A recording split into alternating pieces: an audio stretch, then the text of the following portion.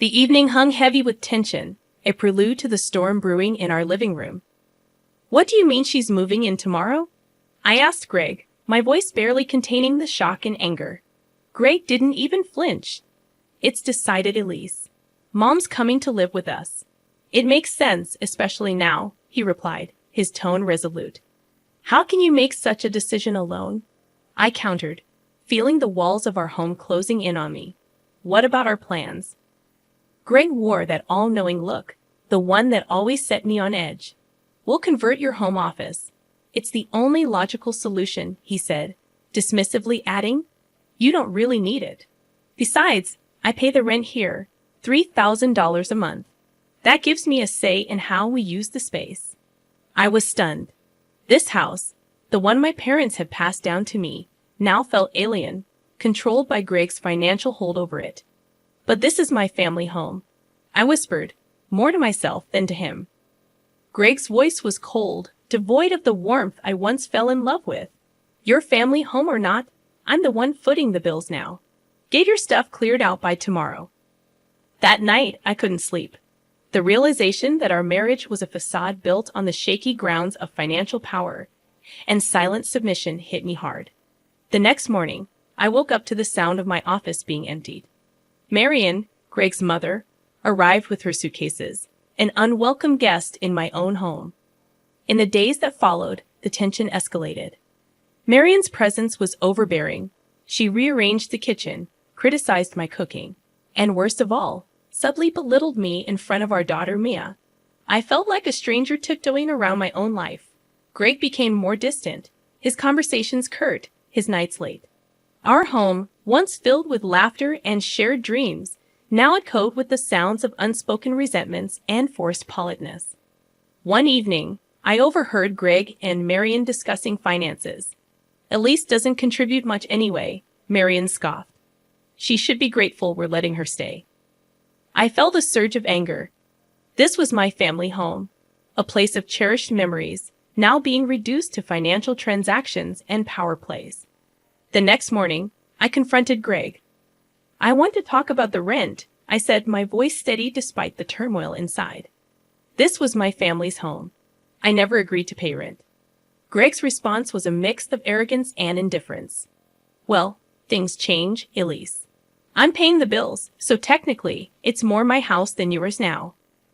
That was the moment I knew our marriage, a delicate balance of love and compromise, had crumbled under the weight of control and disrespect. I called my father, Nolan, my voice shaking. "Dad, I need your help. It's about Greg." As I hung up, I realized that this was just the beginning.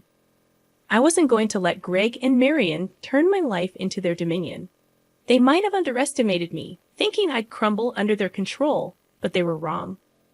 I was my father's daughter, and I knew a thing or two about standing my ground. Sitting in the empty room that used to be my office, I couldn't help but reminisce about the early days with Greg. We were like two pieces of a puzzle, fitting perfectly with our differences. But now those differences were tearing us apart.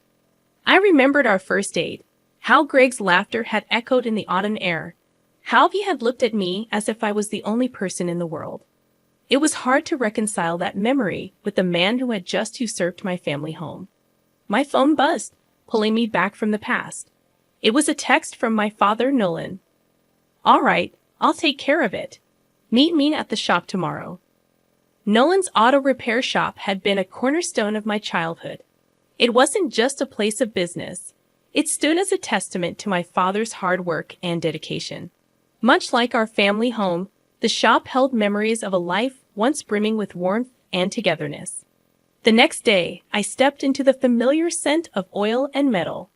Dad was beneath a car, his hands moving expertly as he worked. "Dad," I called out. He slid out from under the car, wiping his hands. "Elise, let's talk in the office." The office was a cozy space adorned with trophies from car shows and framed family photos. It encapsulated happier times. "I can't believe Greg is doing this," Dad said, his eyes reflecting a mix of anger and concern. "I know, Dad. I think it's time for some payback," I replied. Dad nodded, a determined look crossing his face. "What do you have in mind?" I want Greg and Marianne out of the house. But I want to do it legally. Make them feel the consequences of their actions, I explained. Dad leaned back in his chair, pondering. We can draw up a rental agreement, hike up the rent, make it impossible for them to stay. I felt a mix of relief and apprehension. This was the first step in reclaiming my life, but it also meant declaring war on Greg and Moran. Let's do it, I said, surprising even myself with the resolve in my voice. Over the next few days, Dad and I meticulously crafted the rental agreement, a strategic plan designed to legally corner Greg and Moran. I couldn't help but feel a sense of satisfaction imagining their faces when they would see the new terms. Meanwhile, back at the house, Moran's true colors began to shine more vividly. She complained about everything from the way I dressed Mia to the brand of coffee I bought. Her words were like needles, subtle but piercing. One evening, I overheard her on the phone. Yes, I've finally got a lease under my thumb. This house will be ours soon. Fury and disbelief coursed through me. How could she be so callous, so manipulative? But her words also steeled my resolve. This wasn't just about me anymore. It was about protecting Mia from this toxic environment. The day arrived to present the rental agreement to Greg and Moran. I walked into the living room, the document in hand, my heart pounding. Greg, we need to talk about the house, I said, my voice steady. As Greg's eyes scanned the pages, I saw a range of emotions flicker across his face. Confusion, disbelief, and finally, anger. This is absurd.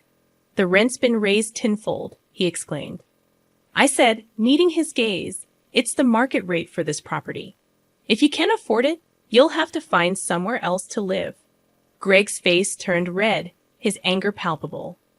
You can't do this to us, he protested. I can, and I am, I replied, feeling a sense of empowerment I hadn't felt in years. This is my family home, Greg. You've forgotten that, but I haven't. The days following the presentation of the rental agreement were a blend of silent battles and open confrontations. Marian's true nature, once hidden under a veil of polite intrusion, now emerged in full force. One evening, I was setting the table for dinner when Moran entered the kitchen. Her eyes quickly scanned the room, landing on the simple yet nutritious meal I had prepared. This is what you call dinner? She scoffed. Back in my day, we knew how to provide for our families properly. I clenched my teeth, forcing a polite smile. It's healthy, and Mia likes it, I defended.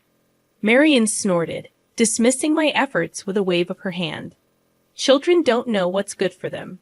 It's up to us to teach them. Clearly you lack that understanding. Her words stung, but I remained composed. I had learned that reacting to Moran only fueled her disdain. As the days went by, Marian's presence became more oppressive. She criticized my parenting, my housekeeping, even my choice of clothes. It was as if she was deliberately trying to provoke me. One afternoon, I returned home from a quick errand to find Mia in tears, and Marian sitting calmly in the living room reading a magazine. What happened? I asked, rushing to comfort my daughter. Your child is just being fussy as usual, Moran replied without looking up. I don't have the patience for such nonsense. I held Mia close, feeling a surge of protective anger. How could she be so cold towards her own granddaughter? Later that week, I had a meeting with a potential client for my small business. Marin, could you please watch Mia for a couple of hours? I asked, hoping for a bit of cooperation. Moran looked at me, her expression one of annoyance. Fine, but make it quick. I have plans later. I returned from the meeting to find Mia once again in distress. Moran was nowhere in sight. After calming Mia down, I confronted Moran. Where were you? I trusted you to look after her. Moran rolled her eyes. I had to step out for a bit. She was sleeping anyway. What's the big deal? The big deal was that Marian's selfishness was now affecting Mia, my most precious treasure. I realized then that Moran would never change. Her contempt for me had spilled over to Mia, and I couldn't wouldn't tolerate it any longer. I called my father that night, my voice trembling with a mix of anger and determination. Dad, it's getting worse. She's not just targeting me now, she's neglecting Mia. Nolan's response was swift and resolute. We need to speed up our plan. It's not safe for you and Mia there anymore. The following day, I observed Greg and Moran whispering in the living room, their heads close together in what seemed like conspiracy. What are you two plotting now? I asked, a hard edge to my voice. Greg looked up, his expression feigning innocence. Just discussing some financial matters, nothing for you to worry about, he replied. But I knew better. The rental agreement had unsettled them, and now they were scrambling. I could almost smell their desperation, a scent that, under different circumstances, might have been satisfying. Instead, I felt a cold resolve settling in my heart. They had underestimated me, thinking I would crumble under their pressure. But they were wrong. I was ready to fight back, not just for myself, but for Mia. The battle lines were drawn, and I was no longer a passive player in their game of control. I was about to change the rules entirely. Every day in the house felt like walking on a tightrope. Marion's presence loomed large, a constant source of negativity. Her comments were like thorns, pricking away at my patience and resolve. One evening, as I put Mia to bed, I'd overheard Moran speaking to Greg in hushed tones in the living room. Elise is not fit to be a mother. She's too soft, too indecisive. You need someone who can actually run a household efficiently. I stood frozen, listening to their conversation. Greg's reply was a weak agreement, a betrayal that cut deeper than any of Marion's sharp words. The next day, I confronted Greg. Do you really think I'm a bad mother? I asked, my voice shaking. Greg avoided my gaze. It's not just about being a mother, Elise. It's about being responsible, about being adequate. The word echoed in my mind, a stinging indictment of my role in this family. As the days passed, Moran's manipulations grew bolder. She rearranged the furniture to her liking, disposed of items she deemed unnecessary, and took over the kitchen, effectively pushing me to the margins of my own home. One day, I came home to find Mia crying inconsolably. Moran was in the kitchen, completely ignoring her. Why aren't you attending to her? I demanded, my heart racing with worry. Marion shrugged, a cold detachment in her eyes. She needs to learn to soothe herself. It's part of growing up. That night, I called my father, my voice a mix of anger and desperation. I can't do this anymore, Dad. Greg and Marion are destroying everything I hold dear. I need to get out. Nolan's response was immediate and firm. You and Mia come stay with me. We'll sort this out. I hesitated. Leaving the house meant giving up the fight, but staying meant subjecting Mia and myself to more torment. The decision crystallized the next morning when I found my personal belongings boxed up in the garage. Marion had decided they were cluttering the house. That act of violation was the final straw. I packed our essentials, taking one last look at the home that had once been a haven of love and happiness. As I closed the door behind me, a sense of relief washed over me. I was leaving behind the oppressive walls of that house, but I was also stepping into the unknown. Staying with my father brought a sense of peace. Months had passed without the warmth I once knew, but Mia's laughter filled the house once again. However, the battle was far from over. I sat with my lawyer to discuss the divorce proceedings. I want full custody of Mia, I stated firmly, and I want the house back. The lawyer nodded, recognizing the gravity of the situation. We'll build a strong case. You have rights. As the legal proceedings began, I realized this was more than just a divorce. It was a fight for my identity, my daughter's future, and justice against the tyranny of Greg and Moran. Greg's reaction to the divorce papers ranged from shock to anger. You're making a mistake, Elise. You won't win this, he warned. But I was resolute. I had endured enough. It was time to reclaim my life and protect my daughter from the toxic environment they had created. I was no longer the passive, accommodating Elise. I was a mother, a fighter ready to take back control. The divorce proceedings became a cold, calculated dance of legal maneuvers and emotional confrontations. Greg's shock quickly turned into bitter determination to fight back. In the lawyer's office, I reviewed the contested custody and house claims. "He's contesting the custody of Mia," I said, disbelief lacing my voice. The lawyer nodded solemnly. "He's also challenging your claim to the house. But we have a strong case." As the legal battle ensued, my resolve hardened. This was no longer just about leaving a failed marriage. It was about standing up against the injustice and manipulation I had endured. In the midst of this, my father and I finalized our plan for the rental agreement, a strategic move designed to legally compel Greg and Marian to vacate my family home. One afternoon, I arrived at the house to deliver the new rental terms. Greg and Moran awaited me, their expressions a mix of defiance and curiosity. I handed Greg the document, watching his face as he read through it. "This is ridiculous. You're increasing the rent to an exorbitant amount," he explained. "Yes, Greg," I replied calmly. "That's the market rate for a property of this size and location." Moran interjected, her voice shrill with panic. "You can't do this to us, Elise. This is our home." "No, Moran," I countered, standing my ground. "This is my family home. You and Greg have made it clear that I'm not welcome here. So, if you wish to stay, these are the new terms." Greg slammed the document on the table, his anger palpable. "We'll fight this. You won't get away with it."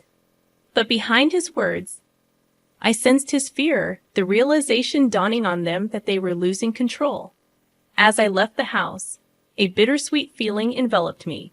Reclaiming my home was a significant step, but Mia's abandoned toys in the living room reminded me of the personal cost of this battle.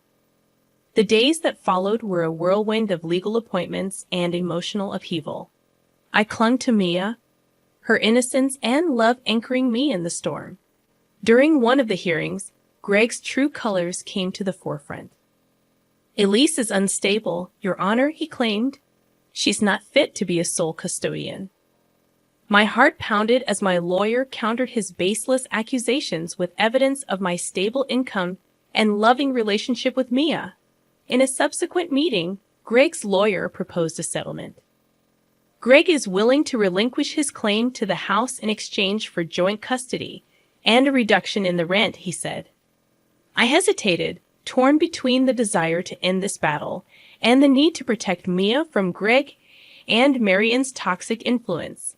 But then I remembered Mia's tears, Marian's callousness, and Greg's betrayal. This was about justice, setting an example for my daughter. "I refuse," I said firmly. "I will not compromise on Mia's well-being or my family home." The decision to continue the fight was difficult but necessary. I was no longer the woman who tolerated disrespect and manipulation. I was fighting for my rights, my daughter's future, and the dignity that Greg and Moran had tried to strip away from me. The battle lines were drawn, and I was ready for whatever came next. The day of the final confrontation arrived like a storm on the horizon. Armed with legal documents, I stood at the doorstep of what used to be my sanctuary, now a battleground. Greg opened the door, his face a mask of defiance, Marian hovering behind him, anxiety evident in her eyes. "What do you want, Elise?" Greg asked, his tone icy. "I'm here to finalize the arrangements," I said, handing him the updated rental agreement. As he read, his expression shifted from confidence to disbelief. "This is absurd," he exclaimed. "You're demanding a rent that's beyond unreasonable." "It's the market rate for a property of this size and location," I replied steadily. "If you can't afford it, you'll have to vacate." Marin stepped forward, her voice trembling. "You can't do this to us. We have nowhere else to go. That was your choice when you decided to push me out of my own home," I said, meeting her gaze. Greg slammed the document on the table. "We'll see what the court has to say about this. You're not going to get away with trying to evict us. This ceased being your home when you chose to disregard my rights and my feelings," I retorted. The air thickened with tension, the once familiar living room feeling like a foreign land. Memories flooded back, but now it was just a shell housing bitterness and betrayal. As I turned to leave, Marion's voice stopped me. Elise, please, we can negotiate. There must be a way to resolve this, she pleaded. I paused, considering her words. Then, with a resolve that surprised even me, I said, there's nothing left to negotiate. You made your decision when you chose to side with Greg against me and Mia. With that, I walked out of the house, leaving behind the echoes of a life that no longer existed. The days that followed were a mix of relief and uncertainty, but my resolve never wavered. Eventually, the court ruled in my favor. Greg and Marion were given a month to vacate the property. The news hit them like a tidal wave, washing away the last vestiges of their control and arrogance. As I stepped back into my family home, now empty of their presence, a sense of peace enveloped me. It was not the peace of victory, but the peace of justice served. I walked through each room, reclaiming the space that had once been ours, mine and Mia's. The walls that had witnessed so much pain now stood as silent sentinels to a new beginning. I knew the road ahead would be challenging, with wounds to heal and memories to reconcile. But for the first time in a long while, I felt a sense of hope. I had fought against the odds, stood up to the tyranny of Greg and Moran, and emerged stronger. This was more than just a legal victory. It was a reclaiming of my life, a testament to the strength I never knew I had. The dust had settled, the legal battles were over, and the once turbulent house was now calm. As I stood in the empty living room, the memories of what had transpired echoed in the silence. Maya played in the corner, her laughter a balm to my weary heart. Watching her, I realized that this struggle, though fraught with pain, was necessary. It wasn't just a fight for a house. It was a battle for our future, for our peace. The day Greg and Murray left, I saw a glimpse of realization in their eyes, a dawning understanding of the consequences of their actions. Moran looked back at the house, her expression one of loss and regret. Greg, defeated and subdued, didn't meet my gaze. In the weeks that followed, I focused on rebuilding my life. I returned to my small business, finding solace in the familiar routine and the support of my regular customers. Mia thrived in the newfound stability, her resilience a testament to the strength of our bond. One afternoon, as I was closing the shop, a familiar face appeared at the door. It was Greg. He looked different, the arrogance replaced by a certain humility. Elise, he began awkwardly. I wanted to apologize for everything. I listened, a mix of surprise and skepticism. Why now, Greg? He sighed, a deep, weary sound.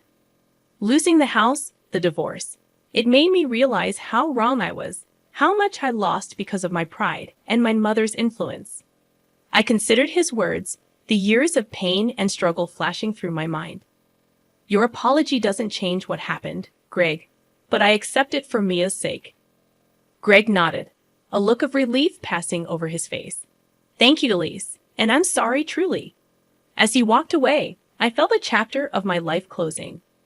Greg's apology didn't erase the past, but it offered closure, a finality to the turmoil we had endured. In the months that followed, I renovated the house, turning it into a home once again. The walls were repainted, the rooms refurnished, and new memories were made. It became a sanctuary for Mia and me, a place of healing and growth. I'd often sat on the porch, watching Maya play in the yard, reflecting on our journey. The challenges had been immense, but they had also revealed a strength I never knew I possessed. I had stood up against injustice, fought for my rights, and reclaimed my life from those who sought to control it. In the end, this was more than just a story of revenge. It was a tale of empowerment, of rising above the trials and tribulations to forge a better future for myself and my daughter. The house, once a battleground of conflict and manipulation, was now a haven of peace and hope. It was a reminder that sometimes the hardest battles lead to the most rewarding victories. As the sun set, casting a warm glow over the yard, I held Mia close, grateful for the journey that had brought us here. We had overcome, we had triumphed, and we were finally home.